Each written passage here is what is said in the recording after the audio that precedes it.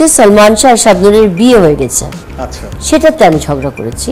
90 দশকের জনপ্রিয় চিত্রনায়ক অভিনেতা প্রয়াত সালমান শাহের সাবেক স্ত্রী সামিরা হক বললেন, কৃতকর্মের জন্য শাবনূরকে সরি বলতে হবে, সেটা এখন হোক কিংবা পরে, এই জীবনে কিংবা শেষ বিচারের দিনে। এত নোংরা কথার জবাব ছিল না আমার। শাবনূরকে না আমি এক বাক্যে এখানে শেষ করতে পারবো না। সালমান শাহ ও শাবনূরের যে প্রেমের সম্পর্কে জড়িয়ে পড়েছিলেন সে কথা সালমান শাহ নিজে তার কাছে স্বীকার করেছিলেন বলে জানান তিনি।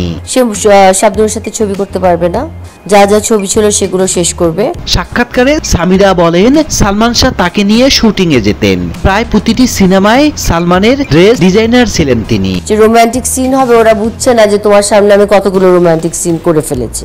1996 সালে বাতুল খন্দকারের একটি সিনেমার শুটিং এ সালমান ও শাবনূর কক্সবাজারে যান, সেখানে সম্পর্কে জড়ান সালমান শাবনূর। ওই বছরের আগস্টেই শাবনূরকে নিয়ে সিঙ্গাপুরে যান সালমান।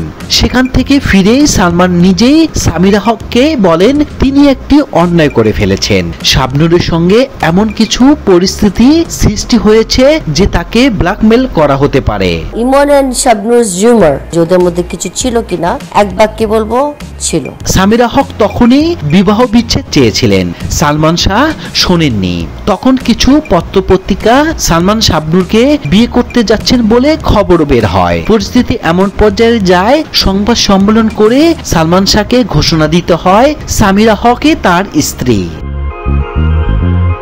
সামিরা সব ভুলে নতুন করে শুরু করতে চেয়েছিলেন। পরদিন বাংলাদেশ চলচ্চিত্র সাংবাদিক সমিতির পুরস্কার গ্রহণের অনুষ্ঠানে দুজনে একসঙ্গে যান। ওই বছর সালমান শাহ সেরা চিত্রনায়ক ও শাবনূরকে সেরা চিত্রনায়িকা পুরস্কার পেয়েছিলেন। তবে শাবনূর ওই অনুষ্ঠানে আসেননি।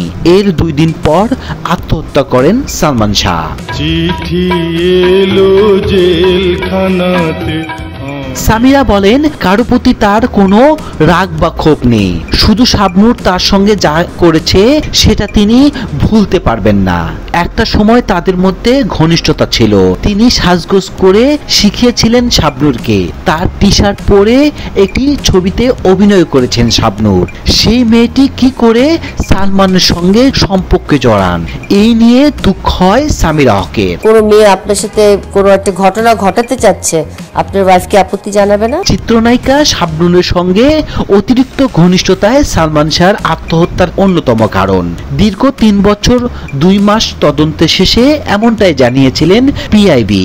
তদন্তের সাথে চিত্রনায়িকা শাবনূরকে জিজ্ঞাসাবাদ করা হলে তিনি পিআইবি কে বলেছেন কো আর্টিস্ট হিসেবে যতটুকু ঘনিষ্ঠতা দরকার ছিল তাই ছিল। বুকের মাঝে যেমন করে থাকে প্রাণ। সালমান শাহের ক্যারিয়ারে মাত্র 5.5 বছর চলচ্চিত্র জীবনে 27টি চলচ্চিত্রে অভিনয় করা ঢাকায় সিনেমার মোড় ঘুরিয়ে দিয়েছিলেন। 90 দশকে যারা কিশোর তরুণ তাদের অনেকের হৃদয়ে সালমান শাহ বাংলাদেশের সেরা রোমান্টিক অভিনেতা হয়ে থাকবেন। এই দুনিয়া ছাড়তে হবে।